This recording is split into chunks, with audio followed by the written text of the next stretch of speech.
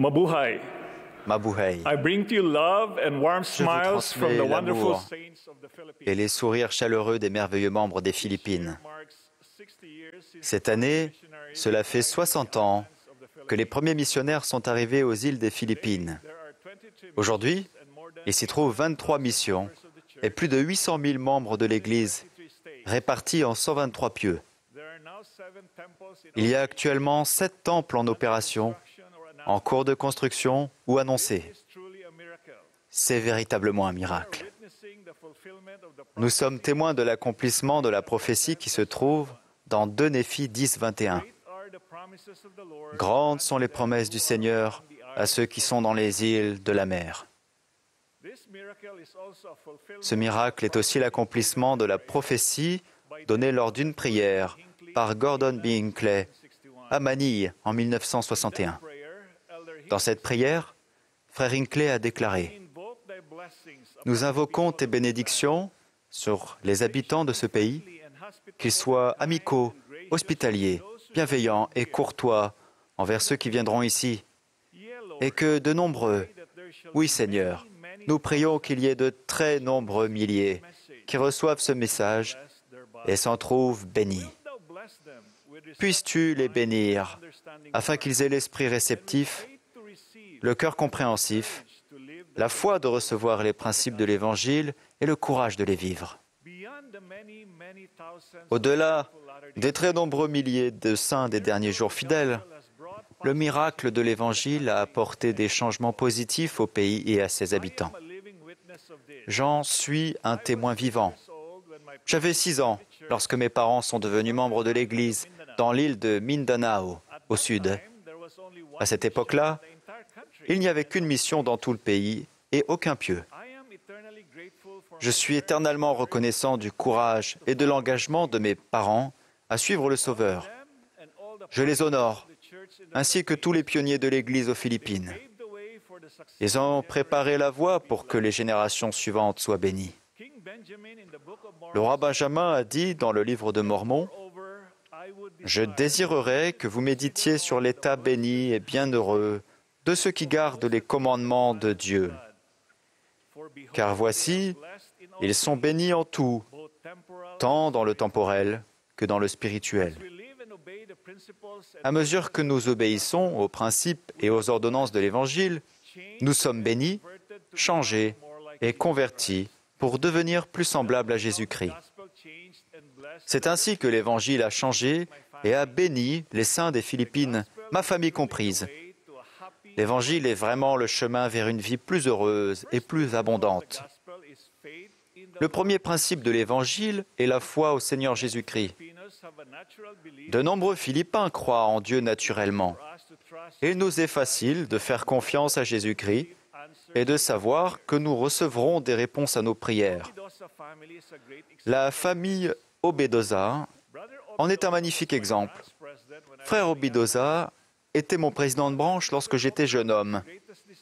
Le plus grand désir de frères et sœurs Obedoza était d'être scellés à leur famille au temple de Manille. Ils vivaient à General Santos, une ville située à 1600 km de Manille. Pour cette famille de 9 personnes, accomplir le voyage jusqu'au temple paraissait impossible. Mais comme le marchand qui est allé vendre tout ce qu'il avait pour acheter une perle de grand prix, ce couple a décidé de vendre sa maison pour payer le voyage. Sœur Obedoza était inquiète parce qu'il n'aurait pas de maison à leur retour. Mais frère Obedoza lui a assuré que le Seigneur y pourvoirait. En 1985, ils ont été scellés en famille dans le temple pour le temps et toute l'éternité. Dans le temple, ils ont trouvé une joie incomparable, leur perle de grand prix. Et selon les paroles de frère Obedoza, le Seigneur a pourvu effectivement. À leur retour de Manille, des personnes bienveillantes de leur entourage leur ont donné des endroits où loger et ils ont acquis plus tard leur propre maison. Le Seigneur prend soin des personnes qui font preuve de foi en lui. Le deuxième principe de l'Évangile est le repentir. Il consiste à se détourner du péché et à se tourner vers Dieu pour obtenir le pardon. C'est un changement de cœur et d'esprit. Comme l'enseigne le président Nelson, il s'agit de faire un peu mieux et d'être un peu meilleur chaque jour. Le repentir est très semblable au savon. J'ai travaillé dans une fabrique de savon aux Philippines en tant que jeune ingénieur chimiste. J'ai appris comment fabriquer du savon et le procédé complet pour y parvenir. Lorsque vous mélangez des huiles avec une base alcaline et ajoutez des agents antibactériens, cela crée une substance puissante qui peut éliminer les bactéries et les virus. Comme le savon, le repentir est un agent nettoyant. Il nous offre la possibilité de nous débarrasser de nos impuretés et de nos anciens résidus afin d'être dignes de demeurer avec Dieu, car rien d'impur ne peut hériter le royaume de Dieu. Grâce au repentir, nous faisons appel au pouvoir purificateur et sanctificateur de Jésus-Christ. C'est un élément clé du processus de conversion. C'est ce qui est arrivé aux Antinéphiléi dans le livre de Mormon. C'étaient des Lamanites qui étaient si complètement convertis qu'ils n'apostasièrent jamais. Ils ont enterré leurs armes de guerre et ne les ont plus jamais utilisées. Ils préféraient mourir plutôt que de rompre cette alliance. Et ils l'ont prouvé. Nous savons que leur sacrifice a entraîné des miracles. Des milliers de ceux qui se sont battus contre eux ont jeté leurs armes et ont été convertis. Des années plus tard, leurs fils, que nous connaissons sous le nom des 2000 jeunes guerriers, furent protégés dans la bataille face à des circonstances inouïes. Ma famille et de nombreux saints philippins ont traversé un processus de conversion semblable.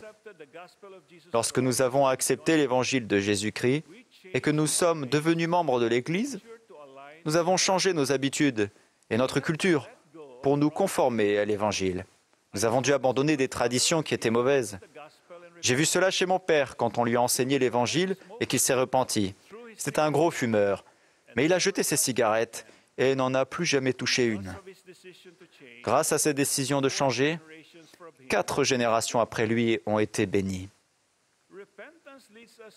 Le repentir nous amène à contracter et à respecter des alliances par le biais d'ordonnances sacrées. La première ordonnance du salut et de l'exaltation est le baptême par immersion pour la rémission des péchés. Le baptême nous permet de recevoir le don du Saint-Esprit et de conclure une alliance avec le Seigneur. Nous pouvons renouveler cette alliance du baptême chaque semaine quand nous prenons la Sainte Seine. C'est également un miracle. Frères et sœurs, je vous invite à laisser ce miracle entrer dans votre vie. Venez à Jésus-Christ et choisissez d'exercer votre foi en lui, de vous repentir et de contracter et de respecter les alliances que l'on trouve dans les ordonnances du salut et de l'exaltation.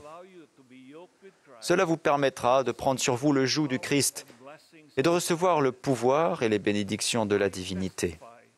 Je témoigne de la réalité de Jésus-Christ, qu'il vit et qu'il aime chacun d'entre nous.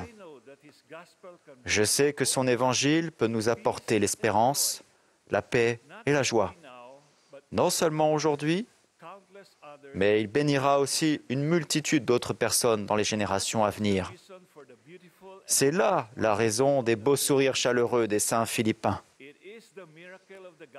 C'est le miracle de l'Évangile et de la doctrine du Christ.